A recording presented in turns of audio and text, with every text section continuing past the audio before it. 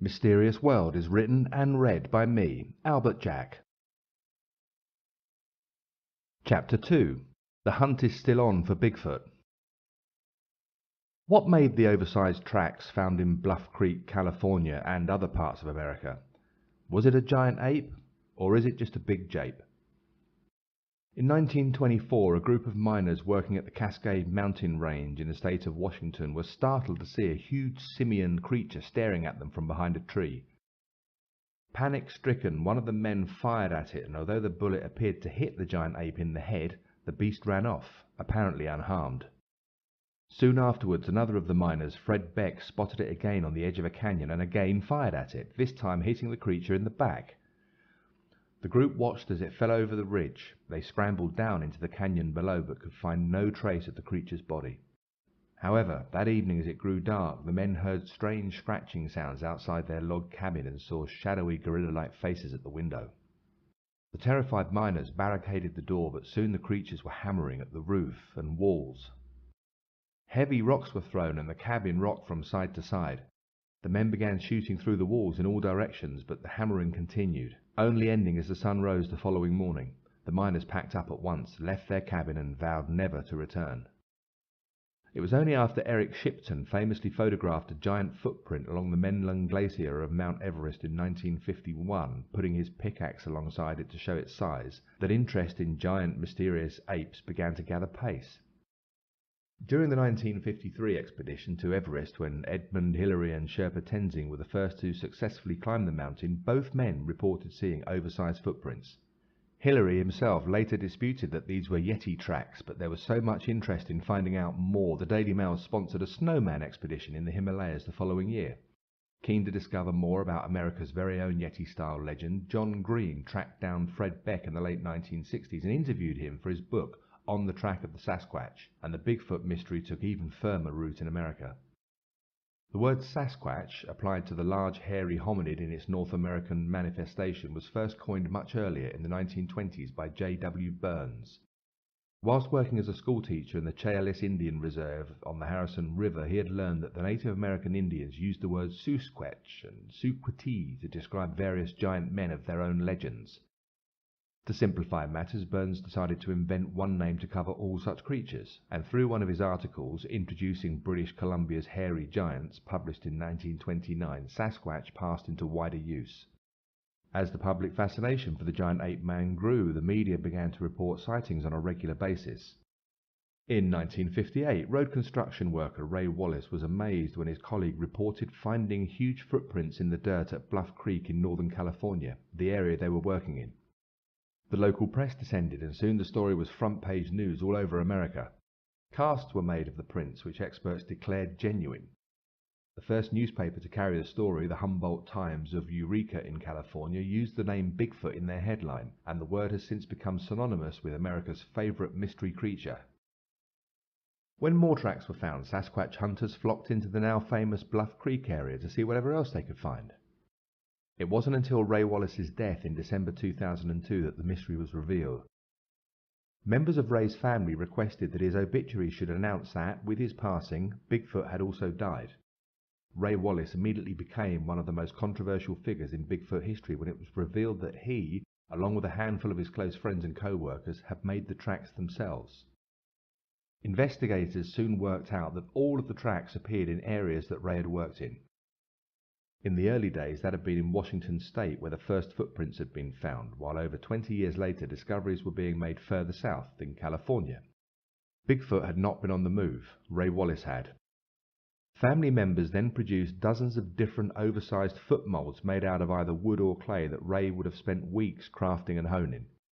His buddies, by then rather elderly pranksters, had shown in television documentaries how they created the vast footprints by holding onto a rope tied to the back of a logger's truck that was being driven very slowly. This had enabled them to take the giant strides that had so fooled the experts. In much the same way as crop circle makers simply enjoyed confounding the experts, so did Ray and his pals. However, despite the New York Times running the news as a headline story, many Bigfoot researchers have discounted the revelation. Although not altogether surprising, cynics might say, when their own credibility was on the line, and they even tried to discredit the Wallace family, threatening them with legal action. One poor haunted soul who had spent his entire adult life in search of Bigfoot evidence wondered why anybody could put so much time into messing with people's heads. The answer, of course, is because it's fun. It's fun, and it's surprisingly easy. Nonetheless, a number of scientists and leading members of the Bigfoot Field Research Center are, instead, stating that the footprint molds produced by the pranksters are themselves the fakes and not the tracks. In a bizarre piece of reverse logic, some are even insisting that the Wallace family must prove their claims, rather than they themselves having to prove their claims of a Bigfoot existing. John Green, described as one of America's foremost Bigfoot researchers, loftily remarked of Wallace that if he had revealed the footprint mold during his lifetime, he would of course have been called upon to prove himself. By the way, I fail to see how anybody can call themselves a foremost researcher when what they have discovered is exactly the same amount of genuine evidence of Bigfoot as I have. That is, absolutely nothing. It was, after all, John Green who interviewed Albert Ostman in 1957 and fell for his, well, rather tall story. Ostman said he'd been out looking for gold in British Columbia during the gold rush of 1927 when he had been kidnapped by an adult male Sasquatch. The beast had apparently gathered him up in his sleeping bag and carried the man several miles. He was then dumped on the ground and realized shortly afterwards that he was being held by a family of 4 who would not let him leave their camp. After 6 days of captivity, he concluded he was being considered as future husband material for the young female, so he fired his rifle into the air, distracting the family for long enough to make his escape. When Green asked why Albert had not told his story before, the aging gold prospector replied that he thought nobody would have believed him. And few did, except for John Green and his vast fan base of Bigfoot believers ready to leap to his defense on every issue. But Green did finally conclude in 2007 that he would not believe the story if he were told it today. Take another established piece of proof, the footage of a female Sasquatch filmed by Roger Patterson in Bluff Creek. The story goes that in October 1967, Patterson and his friend Bob Gimlin were riding through the creek when their horses reared up and they were both thrown to the ground. As they picked themselves up, they noticed a huge, hairy creature walking like a man about 30 yards ahead of them. Patterson grabbed his cine camera and began filming the beast as she loped away, pausing only once and looking directly back into the camera lens as she did so, before disappearing from view. The film has become world famous and has been studied by zoologists, cryptologists, paleontologists, biologists, anthropologists, archaeologists, and Uncle Tom Cobley and all. And you won't be surprised to hear that opinion is divided about whether it is genuine footage or not. Leading scientists did, however, conclude at the time that there was nothing in the film that leads them on scientific grounds to suspect a hoax. Now, having made my own detailed study of the film using an ultra-slow, frame-by-frame pausing technology provided by Sony, namely the DVD player in my front room, I can now add to the debate. To my albeit untrained eye, the creature does look suspiciously like a man in a monkey suit on his way to a fancy dress party. However, far more seasoned Bigfoot researchers than me regard the film as a significant piece of evidence, saying that to suggest it was a hoax would be demonstrably false. It's that old double negative again. But even non-researchers, including the physical anthropologist Grover Krantz, confirm the film does depict a genuinely unknown creature.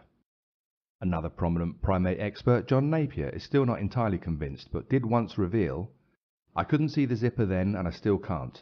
Perhaps it was a man dressed up in a monkey costume. If so, it was a brilliantly executed hoax, and the unknown perpetrator will take his place with the great hoaxers of the world." So does this mean if he can't see the zip, then it can't be a monkey suit? Or had the hoaxer compounded his or her genius by inventing an early form of Velcro? In 2004, Greg Long revealed in his book, The Making of Bigfoot, that the grainy clip was in fact an elaborate hoax. Long claims he had managed to trace the monkey suit to a costume maker called Philip Morris, who was a gorilla suit specialist from North Carolina. In the book, Morris states that he had sold the suit to Roger Patterson for $435. And he said that when he saw the Bigfoot footage on the television and in the newspapers a few weeks later, he immediately recognized the suit as the one he'd made. And then he went on to claim that he had never revealed this information because to break client confidentiality in such a public manner would have lost him customers. It might have saved millions of research dollars, though. Greg Long revealed the man in the suit to be Bob Hieronymus, a friend of Patterson's, who subsequently told the Washington Post, "It's time people knew it was a hoax. It's time people let this thing go. I have been burdened with this for 36 years, seeing the film clip on television numerous times. Somebody's making lots of money out of this, except for me. But that's not the issue. The issue is that it's finally time to let people know the truth. John Green, of course, immediately went on the offensive, calling him a liar and declaring Greg Long to have made a fool of himself. And while Hieronymus was a known associate of Patterson's and has passed 2 lie detector tests, and Greg Long has found several independent but supporting witnesses, John Green has still yet to provide a single piece of evidence for his case that the film is of a genuine, if as yet unidentified, hairy giant. So step forward then, Roger Patterson himself. Unfortunately, he can no longer be called upon because he died in 1972. However, the other witness to the Bigfoot sighting, Bob Gimlin, is still alive. Although Bob no longer speaks personally about the film as he is fed up with the whole Bigfoot thing, his solicitor, Tom Malone, issued a statement to the Washington Post in response to their story about Hieronymus' revelation. He said, "I am authorized to tell you that nobody wore a gorilla suit or a monkey suit and that Mr. Gimlin's position is that it's absolutely false and untrue." Which seems clear enough, but it's also quite possible that Gimlin didn't know about Patterson's hoax and was simply used to increase its credibility. Even if he was in on the act, Gimlin has always maintained the film to be genuine, and so any revelation now, 40 years after the event, would be somewhat embarrassing to him. In 1969, another set of tracks was reported, this time in Bossburg, Washington, that on closer inspection revealed the giant beast's right paw was in fact club-footed. Experts argue that this indicated that the tracks were very likely to be the first genuine piece of evidence to support the existence of the Sasquatch.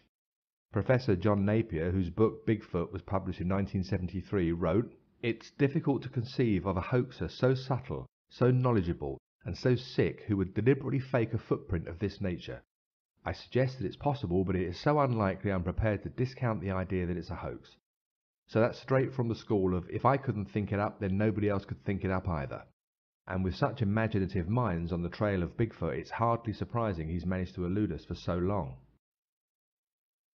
Despite sightings of Bigfoot reported in every American state except Hawaii and Rhode Island, the creature's natural habitat is said to be the remote woodlands and forests in the Pacific Northwest of America and Canada. The Rocky Mountains have provided many sightings, as have the Great Lakes. But if this is the case, then how could he have got to Florida, California, and the other southern states? The Sasquatch would have to leave the cover of his remote woodland hideaway, and it's difficult to imagine how such a creature could travel so far without at least leaving some credible evidence.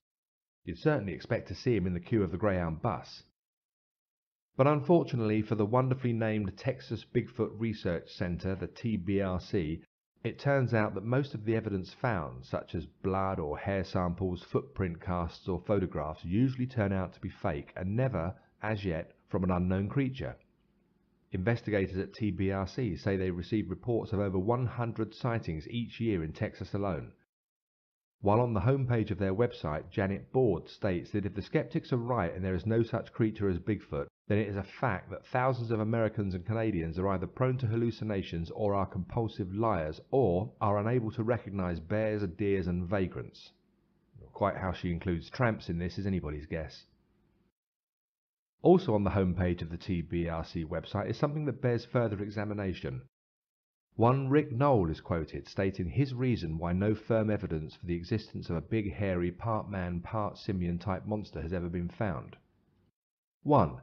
No one is spending enough time in the woods. 2. Not many people know what to do in searching, overlooking things or vice versa, seeing that things aren't significant to the task. 3. There are not many of these animals around. 4. They, like most animals in the forest, know how to camouflage themselves quickly and easily. 5. Most encounters with humans are probably mistakes on the part of the Bigfoot, yet researchers are trying to fill in the picture with them so as being something significant or important. I just don't know what that means either. So there you have it. Those are the reasons the TBRC claim that there is today still no credible evidence of the existence of Bigfoot.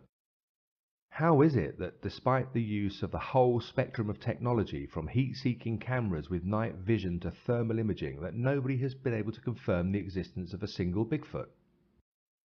Enthusiastic hunters apart, the group of people keenest to obtain as much information as possible of the ape-man's existence would have to be the US government.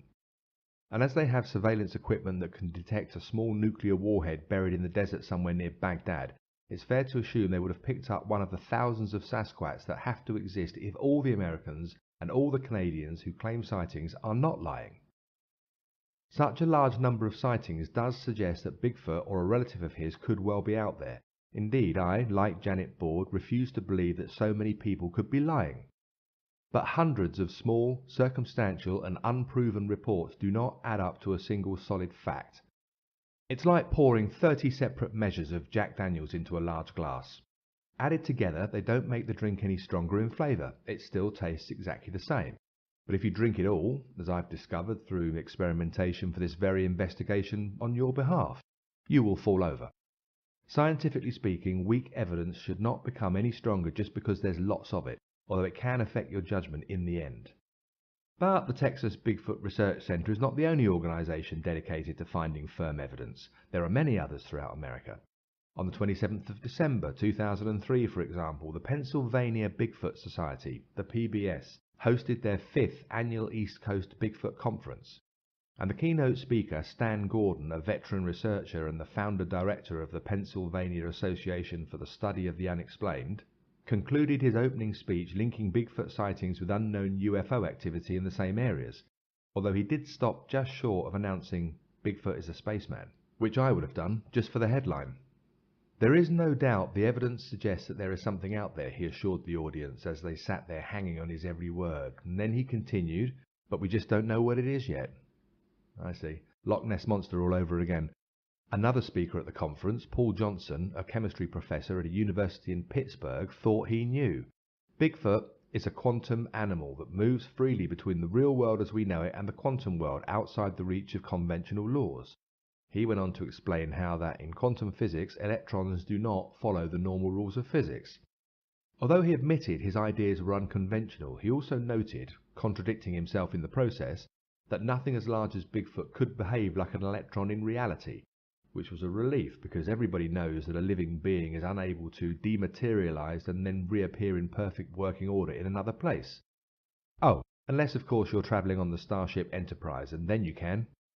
Another speaker at the ECBC, Janice Coy from Monroe County in Tennessee, claimed her family had developed a relationship with a family of Bigfoot since 1947. Her grandfather, having stumbled across an injured Bigfoot, had bandaged its broken leg and allowed it to recover in the barn at the family farm. She claims to have even held a baby Bigfoot in her arms and explained that for years she had tried to obtain photographic evidence without success. She picked up on Paul Johnson's quantum theory, suggesting that was the reason none of her photographs ever returned to her with images any clearer than a shapeless fuzz. And nobody likes to encounter a shapeless fuzz now, do they? On one occasion, she claimed, the Sasquatch family, realizing a camera was present on a nearby tripod, used long sticks to retrieve food from a place out of range of the lens. On another occasion, the roll of film Janice submitted to the commercial processing lab returned to her after the film had been mysteriously overexposed, with every image lost forever. She also claimed she was trying to obtain DNA evidence to provide comprehensive proof of the family's existence. But nobody asked her why she just didn't pinch a couple of hairs from the baby that she had held in her arms. That would have been enough to prove her bizarre claims. But that's enough of the ECBC, so let's move on. Where DNA testing has been carried out on purported evidence, none has ever been proven to come from an unknown beast. Usually Bigfoot hairs are found to have come from bison or other common animals. The absence of fossil evidence is another powerful argument that Bigfoot doesn't exist, although believers counter this by suggesting that the absence of fossil evidence is not yet evidence of fossil absence. And so it goes on and on and on. But the fact remains that not a single hair, bone, tooth, nail or claw has ever been found that belongs to a giant hairy man-like being that cannot be explained. And yet there is plenty of evidence found in similar areas that bears, moose, deer and even dinosaurs and hairy mammoths have left their traces behind them. So why not Sasquatch, if there is one? The late Professor Grover Krantz, an anthropologist of note, was one of the few scientists to state publicly that he believed in Bigfoot. He personally interviewed hundreds of witnesses, studied film footage and photographic evidence, and inspected many plaster casts of footprints and other imprints. He confidently estimated that between 200 and 2,000 Bigfoot lived in the Pacific Northwest of America and dedicated his life to proving it. But he never turned up any credible evidence that could be regarded as anything approaching proof. However, the professor was unabashed and once suggested that most animals hide before they die and their bodies are quickly devoured by scavengers, noting that he had yet to meet anyone who has found the remains of a bear that was not killed by human activity. Which is a fair point, but then he hadn't met everybody, had he? It was Grover Krantz who announced to the world that the club-footed prints had offered the first convincing evidence that the animals were real. He also said of other tracks he had studied that the push-off mound was impressive evidence to him. This was a small mound of soil present in some Bigfoot tracks that Krantz had decided was created by the horizontal push of the front foot just before it leaves the ground. He stated with authority that no artificial rubber or wooden mould would leave such an impression. More recently, in 2005, a story was told of a young Bigfoot that had been accidentally caught in a bear trap. A boy and his father had taken the beast back home and put him in a cage, but when the Bigfoot became distressed, the boy's father let it go. Now, in a world where everybody now has video cameras, even on their mobile phones, it's hard to believe that their first instinct wouldn't be to take a close-up picture of the creature. Quite frankly, although this story is reported as genuine, if it turns out to be true, then I'm going to shave my head and become a French monk. And so, in summary, what is still needed is a carcass. That would be ideal, although any Sasquatch fossil or bone would do. Just something more convincing than the plaster mould of an oversized footprint made by a carved wooden or plastic shape strapped to the foot of a prankster and being pulled along behind a slow-moving truck to help create the effect of giant footsteps that man could not possibly have made. Even the apparently genuine footprints look suspicious to me. Look again at the assessment of the small mound of earth focused on by expert Dr. Grover Krantz, caused by the horizontal push of the front foot just before it leaves the ground. Now go and have a walk across your living room like I just did and notice how your front foot never leaves the ground. Until the other one passes it, of course, and by then it's your back foot. So what is he talking about? As every single apparently credible piece of material evidence of Bigfoot has turned out to be a hoax, then there's nothing else for it. We do need a carcass. Indeed, Krantz himself believed this would be the only way to finally remove any doubt in people's minds as to the existence of Bigfoot. And he called for hunters to bring one in. But that also worries me, because what if the one that is shot turns out to be the only one? Hold your fire, fellas. Either way, the search for some will continue, and groups of people known by their initials, including the Central Ohio Bigfoot Research Unit and the Gulf Coast Bigfoot Research Organization, will continue to flourish, attract new members, and devise new acronyms. Because if enough people continue to insist Bigfoot or Sasquatch is alive and well somewhere out there in the wilderness, then there will always be hoaxers leaving clues for them to find. In reality, as it always should be, it is up to those making the claims to provide evidence supporting those claims. And since, after 40 years of trying, they have come up with absolutely nothing, we're just going to have to, for the time being, mark the Bigfoot mystery down as a big, fat hoax. This has been Albert Jack, reading from Mysterious World.